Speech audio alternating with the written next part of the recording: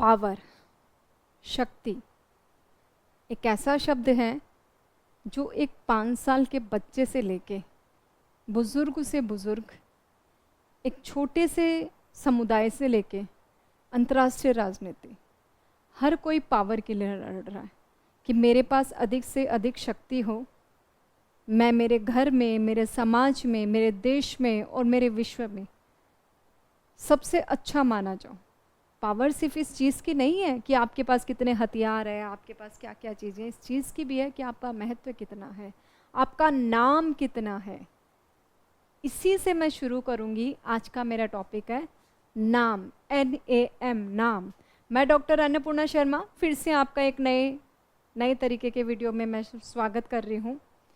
हमारी जो भावना है भारतीयों की, वो हमेशा से रही है वसुदेव कुटुंबकम, मतलब पूरा विश्व ही मेरा अपना परिवार की तरह है, जिसमें हम प्रेम, सौहार्द, पारस्परिक संबंध या फिर सहयोग की भावना के विकास की बात करते हैं, जहाँ पे किसी के प्रति कोई भी नफरत, वैमनस्य या कोई भी तरह की दुश्मनी का कोई भी भाव हमें उचित नहीं लगता है।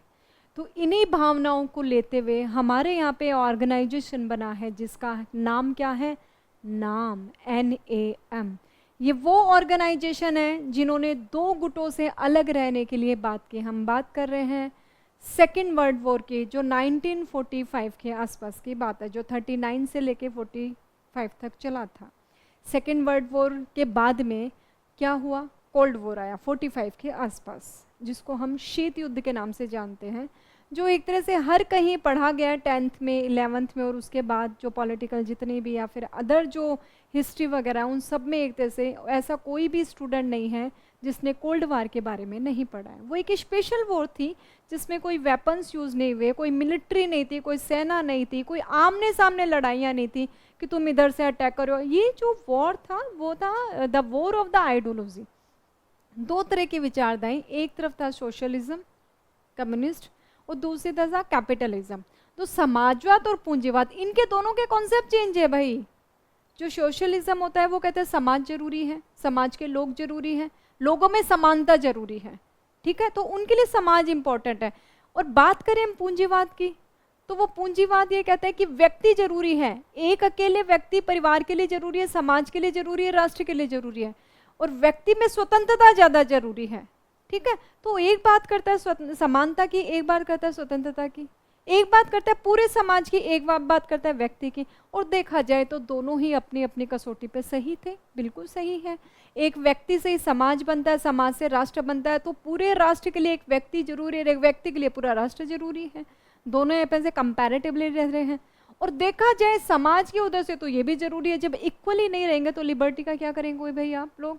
आपको इक्वालिटी ज़रूरी है, समानताएं जरूरी है, जो नीचे तबके के लोग हैं उनको आगे आगे सबको सब कुछ देने की ज़रूरी है। तो एक तरह से दोनों आइडियोलॉजी अपने अपने तरीके से सही थी, लेकिन उन वो वॉर ये था कि मैं कैसे विश्व विजेता बन जाऊं, कैसे महाशक्ति सुपर पावर बन जाऊं। तो इस लड़ाई में वो लोग क्या करने लगे, एक तरह से USSR, जो कि किसका, समाजवाद, सोशलिज्म का प्रणेता रहा है, उसका फेवरलिज्म का रहा है वो। एक तरह से USA अमेरिका, जो कैपिटलिज्म का था, और एक तरह से पूरा जो विश्व था वो 2 गुटों में बंट गया, ठीक है। एक तरह से जो USSR था वो अपनी विचारधाराओं को बढ़ा रहा था, जहां जहां अपनी आइडियोलॉजी को वो स्टैब्लिश कर रहा था, वो लोग उस खेमे में आ गए। जो कैपिटलिज्म में थे वो उस खेमे में आ गए। अंत भी उन्हीं का ऐसे ही हुआ कि वो अफगानिस्तान में पैर पसारने गया, USA भी गया, लास्ट में वो हार गया, USSR का विक्टन हुआ और USA जीत गया। तो ये एक तरह से 2 गुटों की कहानी है। अब कहानी की डेट क्या बताइए, याद करिए, मैं आपको फिर से रिपीट करती हूँ। चलिए नाम से शुरू करें, गुट निरपेक्ष आंदोलन। हम बात कर रहे हैं 1945 की, ठीक है। इसके कुछ टाइम बाद ही जो भारत है 1947 में आज़ाद हुआ। देख रहे हैं आप, 1947। और उस टाइम सेम यही कंडीशन थी, एक साइड है USA और एक साइड है USSR। ये बात करता है सोशलिज्म की और ये बात करता है कैपिटलिज्म की। और USA कह रहा है तुम मुझ में मिल जाओ, USSR कह रहा है तुम मुझ में मिल जाओ। और हमारी जो इंडिया है, इंडिया की कंडीशन पहले से ही खराब, क्योंकि 200 साल से ज़्यादा अंग्रेजों ने जो हम लूटे, हमें लूट के गए हैं, हमारी जो भी सोशली, इकोनॉमिक एंड पॉलिटिकल जो इतना ज़्यादा डैमेज कर चुके हैं, तो हम तो ऑलरेडी सफ़र ही कर रहे हैं भाई। हम बहुत अच्छी कंडीशन में थोड़े जो हम डिसीजन लेके हम इधर जाना है, हम इधर नहीं। दूसरी वही चीज़ जो मैंने स्टार्टिंग में आपको बोली कि वसुधैव कुटुंबकम, हम किन्हीं लड़ाइयों में फंसना ही नहीं चाहते, ना तो हमारी कंडीशन ना ही हमारी आइडियोलॉजी है। तो हमारे यहाँ के जो नेता थे, जो हमारे देश के जो जिनके सामने कंडीशन थी, उन्होंने एक तरह का गुट निरपेक्ष, मतलब हमें गुटों से प्रॉब्लम नहीं, हम ये नहीं कह रहे यूएसएसआर गलत है, यूएसए गलत है, हम कह रहे हैं हमारी तरफ से गुट निरपेक्ष, मतलब हम साइलेंट, नॉन अलाइन, हम किसी में शामिल नहीं है, क्योंकि भाई हम हमारा देख लें, हमारा विकास जरूरी है, हम खड़े हो जाएं। हम इस बुरी कंडीशन में कि एक तरह से हमें जो 200 साल से आधा हम पे राज करके गया वो गए, दूसरा हम में से ही एक टुकड़ा अलग हो गया है, और अलग होने के बाद भी बहुत सारे डाइवर्सिटीज हैं यहाँ पे, रिलीजन को लेके, स्टेटस को लेके, कास्ट को लेके, लैंग्वेज को लेके, रिचुअल्स को लेके बहुत सारी डाइवर्सिटीज और बहुत सारी मच मोर प्रॉब्लम्स हैं। हम उनको सॉल्व करें या किन्हीं में अलाइन होते रहे? तो हमने ये कहा भैया हमें कुछ नहीं करना, हमें हमारे डेवलपमेंट को देखना है, हमें ये लड़ाई दंगे इनसे हम थक गए हैं, हम बहुत लंबे आंदोलन के बाद में हमें आज़ादी मिली है, तो हम आज़ादी पूर्वक हमारा देश और हमारे समाज को हम आगे बढ़ाने का काम करेंगे। इसी टॉपिक को गुट निरपेक्षता कहा जाता है। आइए देखते हैं। गुट निरपेक्षता की बात हो रही है, नॉन अलाइन मोमेंट जिसको कहा जाता है नाम। नाम में क्या रखा है, उसी के नीचे नाम भी लिखा है, वैसे ही नाम। तो शीत युद्ध काल में स्वतंत्र विदेश नीति का प्रतीक बना। शीत युद्ध काल था, उसके दौरान की कह रहे हैं द्वितीय विश्व युद्ध के पश्चात उत्पन्न एक अंतर्राष्ट्रीय संगठन है, क्या चीज, नाम, ठीक है। वे राष्ट्र जो किसी प्रमुख वैश्विक शक्ति के गुटों में शामिल नहीं होना चाहते, कि इंटरनेशनल वैश्विक रूप में वर्ल्ड के कॉन्सेप्ट में जो भी चल रहा है हम उनमें शामिल नहीं होंगे, स्वतंत्र विदेश नीति का पालन करना चाहते हैं। तो एक्चुअल में नाम क्या है, जो इन तीनों चीज़ों को मानते हैं कि विश्व युद्ध के पश्चात जो अंतर्राष्ट्रीय संगठन है उनमें वो बने कि विश्व युद्ध हो गया, हम स्वतंत्र हो गए, न स्वतंत्र राष्ट्र हैं, वैश्विक शक्ति किसी गुटों से नहीं बनना चाहते, और हम स्वतंत्र विदेश नीति अपनाना चाहते हैं, हम अपनी फॉरेन पॉलिसी खुद बनाएंगे, हम किसी के आइडियोलॉजी या किसी के इन्फ्लुएंस में काम नहीं करेंगे, राइट, ठीक है, ये हमने समझा। फिर गुट निरपेक्षता का पर्पस क्या था, what is the background of the नाम। तो इनका मुख्य जो पर्पस था वो ये था कि दो जो सुपर पावर बनी हुई थी, एक है कौन सा, यूएसए, और दूसरा यूएसएसआर, ये दो विचारधारा कौन सी, कैपिटलिज्म एंड सोशलिज्म, और इनके दो एक मिलिट्री एक तरह से गुट बन गए थे, सैन्य गुट बन गए थे, नाटो और वार्सा। तो वो कह रहे हैं कि हमें इन दोनों जो गुट है, यूएसए और यूएसएसआर, दो जो आइडियोलॉजी है, कैपिटलिज्म, ये कैपिटलिज्म की बात करता है, ये सोशलिज्म की बात करता है। तो कैपिटलिज्म, सोशलिज्म, जो दो सैनिक गुट है, नाटो और वार्सा, हमें इन सब से कोई मतलब नहीं, ना हम इनके पक्षधर है ना हम इनके विपक्ष में हैं, हम एक तरह से न्यूट्रल है, हम शांत है, हम शांति चाहते हैं। तो हमने इन दोनों सबसे पृथक विदेश नीति का पालन किया है, इसका ये पर्पस था। इसकी उत्पत्ति कहाँ से हुई, शीत युद्ध से दूर रहने के उद्देश्य से हुई कि भाई हमें आपके कोल्ड वॉर में नहीं फंसना।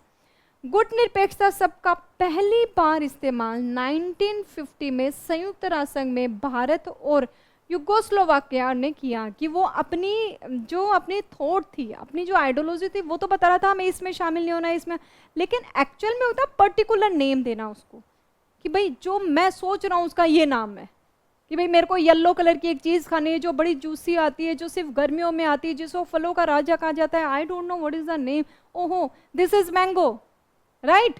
तो एक तरह से नाम देना जरूरी था। तब एक तरह से भारत और युगोस्लोवाकिया इन दोनों ने मिलकर एक नाम दिया गुट निरपेक्षता, कि गुटों से निरपेक्ष होना, ना किसी के पक्ष में और ना ही किसी के विपक्ष में। आइए देखते हैं किस किस ने इसको स्थापना की, कैसे हुई, इसका पूरा प्रोसीजर चेक करते हैं। तो संगठन की जो एस्टैब्लिशमेंट है, उसकी स्थापना और उसकी घोषणा है वो कब की गई, 1956 में की गई। एक ऑर्गेनाइजेशन के रूप में जो गुट निरपेक्ष आंदोलन की स्थापना है 1956 में युगोस्लोवाकिया के ब्रिजुनी द्वीपों पे की गई। कहाँ की गई, ये नाम आप याद रखिएगा, ब्रिजुनी द्वीपों पे की गई। ठीक है, तो गुट निरपेक्षांक कब बना, 1956 में। कहाँ इसकी स्थापना हुई, ब्रिजुनी द्वीपों में। अब बात करते हैं आगे इसके स्टेटमेंट की कि 19 जुलाई 1956 को ब्रिजुनी के घोषणा पत्र में हस्ताक्षर किसके, इसकी एक तरह से फॉर्मली औपचारिक रूप से किया गया कि अब हम गुट निरपेक्षता को जो आइडियोलॉजी उसको क्या कर रहे हैं, हम सबके सामने दिखा रहे हैं, प्रकाशित कर रहे हैं, बता रहे हैं। इस पे हस्ताक्षर किस किसने किए, यूगोस्लोवाकिया के राष्ट्रपति जोसेफ ब्रोज टिटो ने किए, भारत के प्रधानमंत्री पंडित जवाहरलाल नेहरू ने किए, और मिस्र के प्रेसिडेंट गमाल अब्दुल नासिर ने किए। इसको इस नाम से, शॉर्ट नाम से आपने सुना होगा, नेहरू नासिर टिटो, इसको यही कहा जाता है। क्या कहा जाता है इसको शॉर्ट रूप में, नेहरू नासिर टिटो। ये तीनों ही देशों के जो मैन हेड थे, हमारे प्रधानमंत्री और इन दोनों के जो राष्ट्रपति, इन तीनों के समक्ष ये चीज़ थी और तीनों ने इस पे हस्ताक्षर करते हुए नॉन अलाइनमेंट प्रस्ताव को सबके सामने रखा कि हम ऐसा नहीं करेंगे। जिनकी तस्वीरें आपके सामने हैं, ये मिस्टर टिटो हैं, ये हमारे माननीय जवाहरलाल नेहरू जी पूर्व प्रधानमंत्री हैं, और ये नासिर जी हैं। चलिए अब अपन देखते हैं कि इन्होंने क्या किया कि एक प्रस्ताव बना दिया और अपनी आइडियोलॉजी बता दी कि भाई हम इस तरीके से काम करेंगे और हम इन गुटों से विपक्ष में है, सॉरी इन गुटों के विपक्ष में अपक्ष में नहीं, हम इन गुटों से दूर हैं, हम इन दोनों से एकदम से पृथक हैं। अब इसके बाद बात करते हैं उन्होंने अपनी कार्यवाही कैसे की, इनके उद्देश्य फिर क्या थे, किस तरीके से काम किया। तो सबसे पहले बात करते हैं इनके कॉन्फ्रेंस की, जिसको बांडुक सम्मेलन कहा जाता है इन 1955 और बेलग्रेड सम्मेलन इन 1961। ये दोनों ही जो कॉन्फ्रेंस थी वो बहुत इम्पॉर्टेंट है इसके लिए इनको, और इस तस्वीर में आप अपने इससे रिलेटेड नेताओं को देख भी सकते हैं। तो इसके जो स्थापना की जो बेस है, आधारशिला, वो है 1955 के बांडुंग के इंडोनेशिया सम्मेलन में रखी गई। इसकी जो एक्चुअल स्थापना है वो 1961 में बेलग्रेड सम्मेलन में हुई है। ठीक है, जो बात हुई वो बांडुंग में हो चुकी थी कि ऐसे समय एक तरह फॉर्मली उन्होंने कर दिया, लेकिन एक्चुअल में जो होता है ना विधि विधान से स्थापना, वो हुई है 1961 में। इसका पहला आधिकारिक नाम सम्मेलन की, ठीक है, स्थापना हो गई। अब इसको कॉन्फ्रेंस करके हम इसके काम को आगे बढ़ाए, क्योंकि इसका मकसद सिर्फ और सिर्फ ये नहीं था कि हम इन गुटों से दूर रहें, ये भी था कि ये अपन ऑर्गेनाइजेशन बना के इसका हमें फ़ायदा भी होना चाहिए। ठीक है, तो इसको काम को एक चलने के लिए एक तरह से 1 से 6 सितंबर 1968 के बेलग्रेड में एक सम्मेलन हुआ आधिकारिक कि चलो अब हम जो इस ऑर्गेनाइजेशन को बनाने वाले हैं, बनाया है, जुड़े हैं इस मकसद से, तो हम इस पर कोई भी कार्रवाई या कार्य करते हैं। तो एक तरह से इसके संस्थापक में कौन कौन आए, मैन हमने बात कर ली थी, नेहरू नासिर टिटो। इसके बाद दो और जुड़े, वो है घाना के क्वामा नक्रुमे और इंडोनेशिया के सुकर्णो। इनको भी याद रखिएगा। स्थापना इन तीनों ने की, लेकिन एक्चुअल में ये दोनों मेंबर भी इसमें शामिल हुए। फिर इसकी बात करते हैं the number of the members, और इसकी जो जोग्राफिकल जो डिस्ट्रीब्यूशन था वो किस तरीके से, भौगोलिक वितरण, भौगोलिक स्थिति क्या थी। यह संयुक्त राष्ट्र संघ के बाद में संयुक्त राष्ट्र यूएनओ जो बहुत बड़ा ऑर्गेनाइजेशन है अपने इंटरनेशनल लेवल पे, अपने ग्लोबलाइजेशन लेवल पे, उसके बाद सबसे बड़ा सदस्य संगठन है।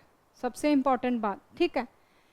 टोटल कितने मेंबर्स हैं इसके, 120 जो नेशंस हैं, जो कंट्रीज हैं, वो इसकी मेंबर है। अफ्रीका के 73 कंट्रीज, एशिया की 39, लैटिन अमेरिका एंड कैरेबियन की 26 एंड यूरोप की 2। इतनी कंट्रीज टोटल हो गई 120। तो 120 राष्ट्र इसके सदस्य हैं। तो ये यूएनओ से के बाद में सबसे बड़ा राष्ट्र है। आप इसमें देख लीजिए आराम से, ये सारी की सारी आपको पीडीएफ भी भेज दी जाएगी। कैसे कैसे मेंबर ऑफ द स्टेट मैंने बताया, ऑब्जर्व स्टेट कौन से हैं, फाउंडिंग स्टेट कि जो उसको ढूंढ रहे हैं, किस तरीके से इन्वॉल्व होना चाहते हैं, तो पूरा का पूरा आपको इसमें बताया गया है कि यहाँ पे घाना के, यूगोस्लोवाकिया, इजिप्ट के, इंडिया के, इंडोनेशिया के, ये सारे इसके मेंबर्स हैं। ठीक है, फिर बात करते हैं कि सम्मेलन की संख्या और भारत की भूमिका, की कितने सम्मेलन हुए, भारत का उसमें क्या रोल था। अब तक कितने 19 कॉन्फ्रेंस ऑर्गेनाइज्ड हो चुकी हैं। जो पहला जो कॉन्फ्रेंस था वो हम बात कर चुके हैं, बेलग्रेड 1961 में हुआ था।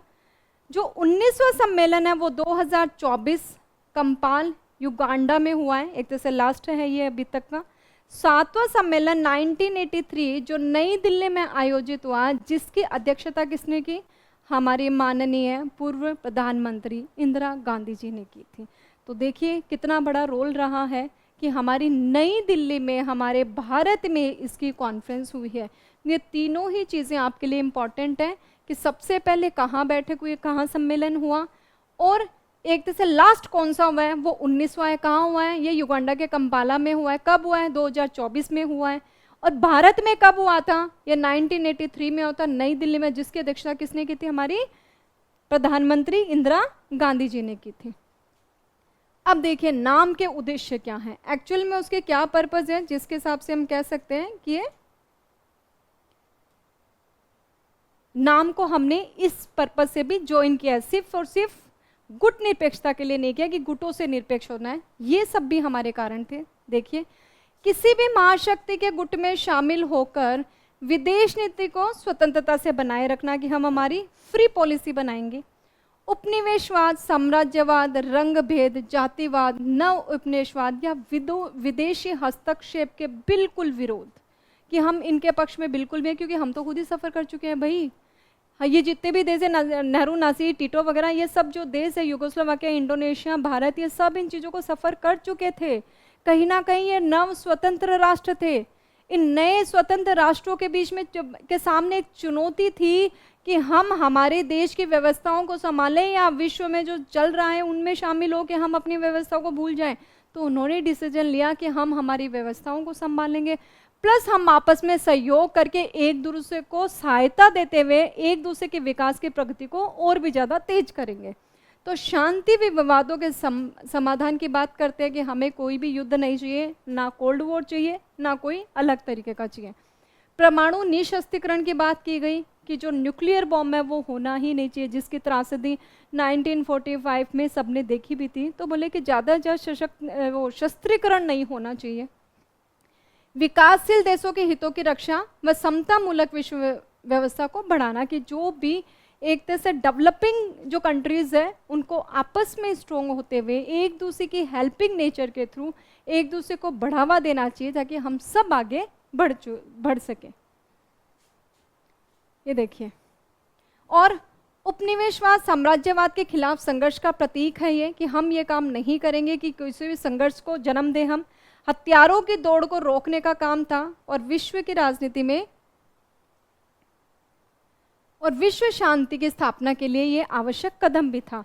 रंग भेद की नीति के विरुद्ध कार्यक्रम था ये। वैश्विक मुद्दे जैसे जलवायु परिवर्तन, अब वो कह रहे हैं ग्लोबलाइजेशन बढ़ रहा है, एक तरह से जितना मतलब कि पॉल्यूशन बढ़ रहा है, कि एक तरह से हमारे आतंकवाद बढ़ रहा है, और भी बहुत सारी नीतियाँ, कि बेरोजगारी बढ़ रही है, भ्रष्टाचार बढ़ रहा है, लोगों में गरीबी बहुत बढ़ रही है, बहुत सारी बीमारियाँ हैं जिसका हम इलाज अभी भी नहीं ढूंढ पाए हैं, लोगों को पूर्ण रूप से शुद्ध हवा, खाना, पानी नहीं पहुंच रहा है। तो बोले ये ऐसे मुद्दे हैं जिन पे चर्चाएं होनी चाहिए, जिन पे काम होना चाहिए, ना कि हमें किसी भी गुट में शामिल होकर किसी विचारधाराओं के पीछे चलना चाहिए। ठीक है, तो वो बोल रहे कि हमें इनके लिए आवाज़ उठानी है, हम इनके लिए काम करेंगे। अब इन्होंने एक स्पेशल चीज़ दी, वो है पंचशील का सिद्धांत, जिसमें 5 सिद्धांत दिए कि जो नाम है, नाम के रिलेटेड जितनी भी कंट्रीज हैं वो इन 5 सिद्धांतों के ऊपर चलेगी। कौन कौन से हैं ये सिद्धांत? आए कब? ये 1954 में आए। भारत और चीन के बीच पंचशील संधि पे एक समझौता हुआ। क्या हुआ? नाम की नीति पंचशील के 5 सिद्धांतों पे आधारित है। जो नाम की जो एक तरह से पॉलिसीज थी उसी पे पंचशील सिद्धांत आया। किसके बीच में हुआ पंचशील सिद्धांत? ये चाइना के हैं। चाइना के कौन? चाओ एंड लाई, और ये है अपनी इंडिया के। ठीक है, तो इंडिया के हमारे माननीय प्रधानमंत्री, पूर्व प्रधानमंत्री, इन दोनों के बीच में पंचशील समझौता हुआ। वो ये कि एक दूसरे की क्षेत्रीय अखंडता, इंटीग्रिटी बनाए रखे, जो टेरिटरी है उसको बेवजह हार्म ना पहुंचाएं, उनको क्रॉस ना करें। तो जो रीजनल जो अपने जो क्षेत्र की जो इंटीग्रिटी है उसको बनाए रखें, संप्रभुता जो सॉवरेंटी है उसका रेस्पेक्ट करें, हमारी संप्रभुता का रेस्पेक्ट करें, पारस्परिक आक्रमण न करने की नीति रखें, एक दूसरे का आंतरिक मामलों में हस्तक्षेप ना करें, समानता और पारस्परिक लाभ की भावना रखें और शांतिपूर्ण आपस में प्रेम पूर्वक सह अस्तित्व से हमारे अपने अपने देशों या एक दूसरे के देशों के बढ़ाने की कामना करें। ये कब हुआ? 1954। इसके बाद वैसे तो युद्ध भी हो गया था, लेकिन बना था और उसको आज भी मान रहे हैं। तो नाम की महत्वपूर्ण कौन कौन से ऐसे फीचर्स है जो उसके मैन उसकी विशेषताओं में आते हैं, उनको देखते हैं। कोई स्थायी सचिवालय या औपचारिक संविधान इसका नहीं है। सबसे पहली बात जब उसकी विशेषता आएगी, कोई ऐसा नहीं है कि उसका ये हेड ऑफिस है कि उसकी ये क्या बोलते हैं कि ये कॉन्स्टिट्यूशन है जिसके फला फला फला ऐसे आपको चलना है, ऐसा कोई कॉन्सेप्ट नहीं है। जो डिसीजन है वो आपस की सहमति, मतलब आपस में मेजॉरिटी से कंसल्ट करके लिया जाएगा कि किसी भी एक टॉपिक से किसी भी एक मुद्दे पे निर्णय पे सिर्फ मेजॉरिटी के हिसाब से पहुंचा जाएगा।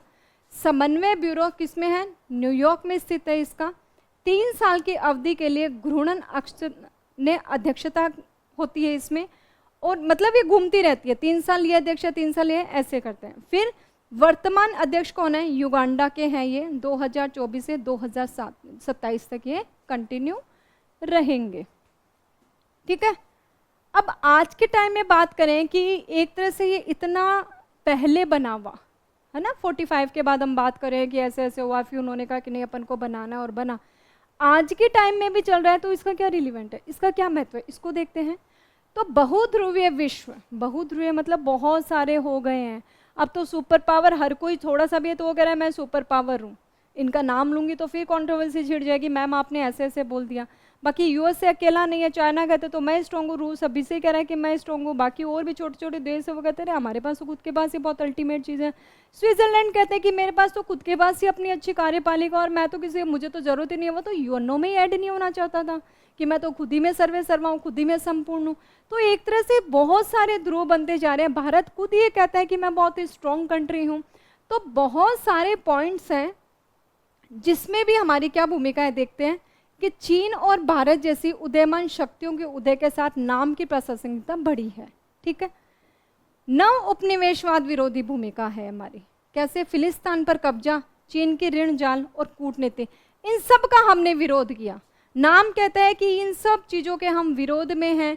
कोई किसी पे रीजनल किसी को भी कोई भी हार्मनेस ना पहुंचाए, किसी के भी क्षेत्राधिकार पे अधिकार ना करें, और कोई भी ऐसे ऋण जो देना, मतलब किसी दूसरे ऋण देना फिर उसके बदले उसको एक तरह से बड़ा ऋण वापस लेना या उस जाल में फंसाना बिल्कुल गलत है। आर्थिक सहयोग करना चाहिए।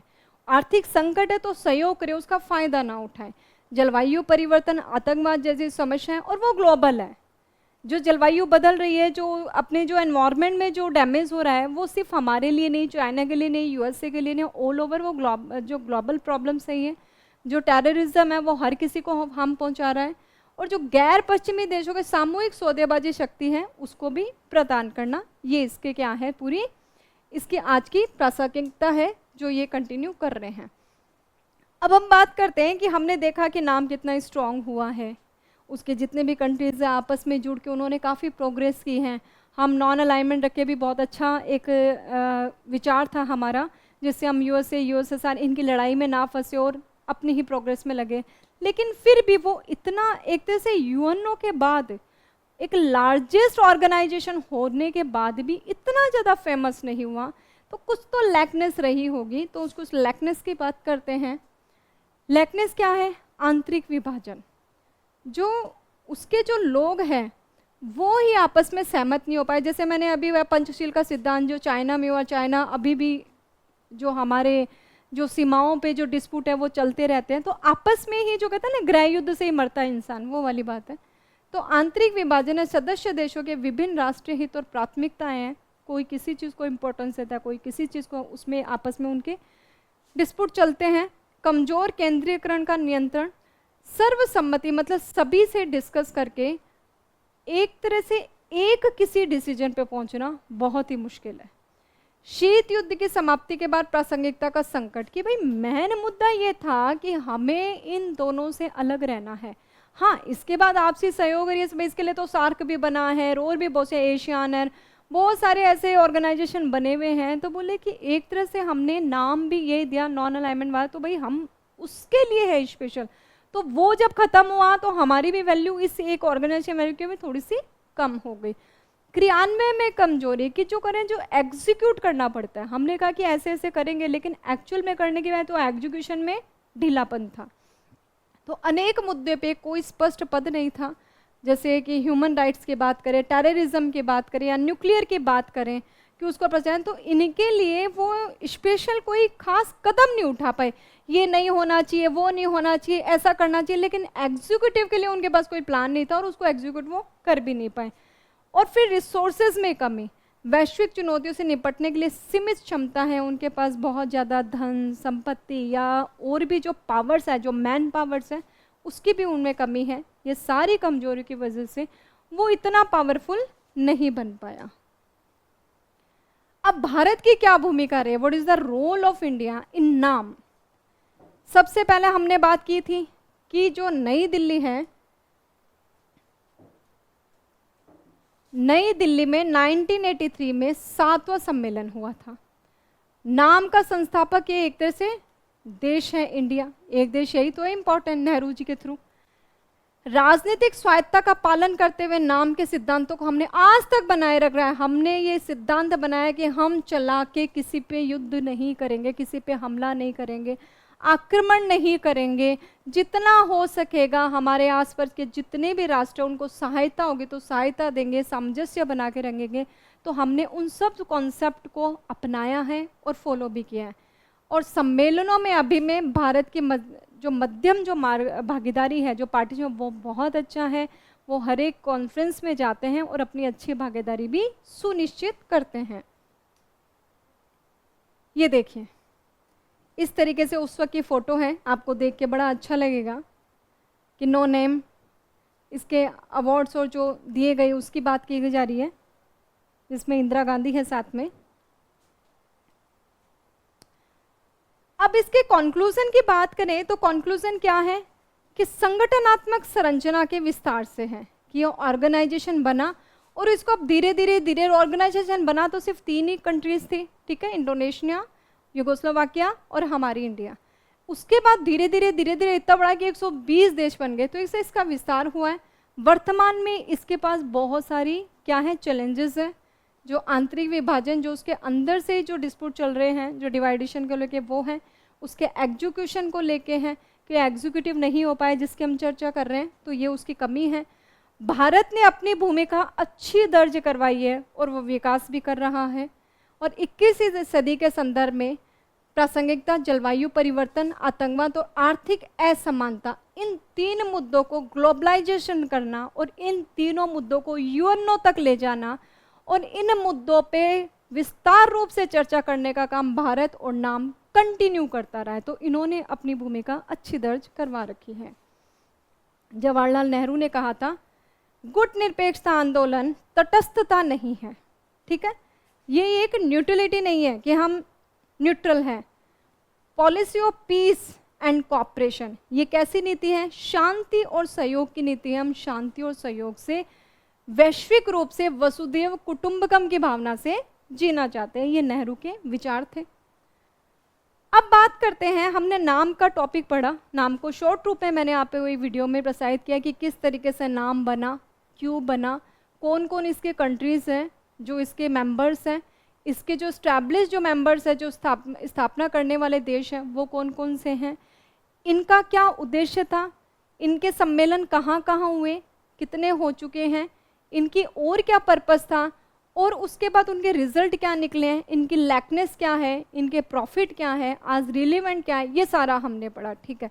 लेकिन एक्चुअल में क्या होगा, जब क्वेश्चंस आते हैं तो बहुत सारे जो स्टूडेंट्स हैं वो क्वेश्चन से क्या हो जाते हैं, डिस्टर्ब हो जाते हैं। उनको लगता है कि ये क्वेश्चन ऐसे आ गया तो इसका आंसर कैसे किया जाए, क्योंकि एक बुक, एक वीडियो, एक टेक्स्ट, एक टीचर बहुत कुछ बता देता है, सिर्फ ये नहीं बता सकता कि क्वेश्चन क्या आएगा, वो क्वेश्चन पेपर में ही होता है।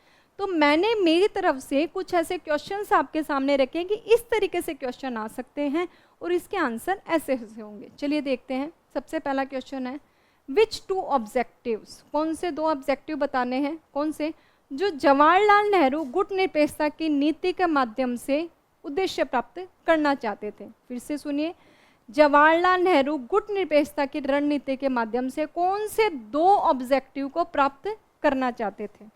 सीधी सी बात है, सबसे पहला कि जो सुपर पावर है उनके विरुद्ध या उनसे अलग रह के संतुलन बनाए रखना, और महाशक्तियों के प्रभाव से इनको इन्फ्लुएंस से खुद को फ्री रखना।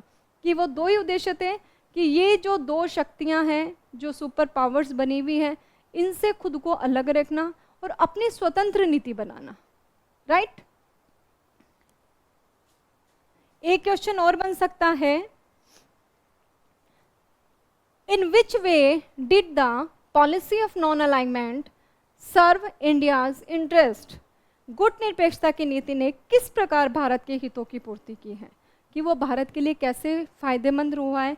या इस क्वेश्चन को ऐसे भी आ सकता है कि जो नाम है जो गुट निरपेक्ष है, उसमें भारत की भूमिका क्या रही है, या भारत के लिए किस तरीके से वो एक तरह से पक्ष धर रहा है।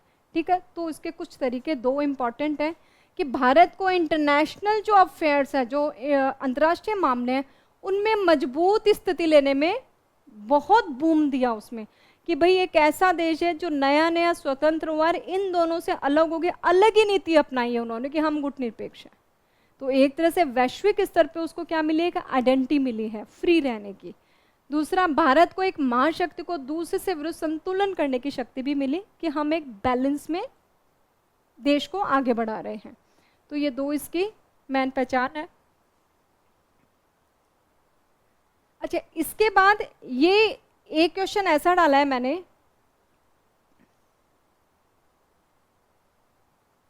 सॉरी, हाँ, कि नाम के निम्नलिखित संस्थापकों का मिलान कीजिए। मैंने यहाँ नाम के नहीं, लेकिन आपको एक पूरी इंडेक्स मिल जाएगी, आपको नेट पे आपके बुक में कहीं भी मिल जाएगी, जहाँ पे उनके जो कॉन्फ्रेंस होंगे और उनके जो स्टैब्लिशमेंट होंगे, मतलब कि जो भी संस्थापक है, जो स्टैब्लिशर है, उनके नेम होंगे। आपको ये याद होना चाहिए कि जो 19 कॉन्फ्रेंस है वो कहाँ हुए हैं, उसकी अध्यक्षता किसने की है, किस कंट्री में हुए हैं। तो ये लिस्ट आपके पास होके उसके मिलान के टाइप के क्वेश्चन भी आते हैं, तो प्लीज़ उसको प्रिपेयर करके जाइएगा। अब एक गुट निरपेक्ष आंदोलन के किन्हीं 4 उद्देश्यों की व्याख्या करिए। 4 पर्पस बताने की, किन किन पर्पस है वो सबसे पहले आपको पता ही है कि 2 जो गुट थे उनसे अलग होना, शांति बनाए रखना, नव स्वतंत्र देशों का आर्थिक विकास करना, नव स्वतंत्र देशों का स्वतंत्र नीति अपनाना, औपनिवेशिकता समाप्त करके विश्व शांति अपनाना। बहुत सिंपल है, क्योंकि आप लोगों ने अभी मेरे से पढ़ ही लिया है, तो आपको इसका आइडिया भी हो चुका है। ठीक है, फिर एक गुट निरपेक्ष आंदोलन को जीवित और प्रासंगिक, ठीक है, इसको कैसा बनाना है, एक तरह से अलाइव बनाना और रिलेवेंट बनाना है। तो जीवित और प्रासंगिक बनाने के लिए भारत द्वारा निभाई गई भूमिका का वर्णन कीजिए।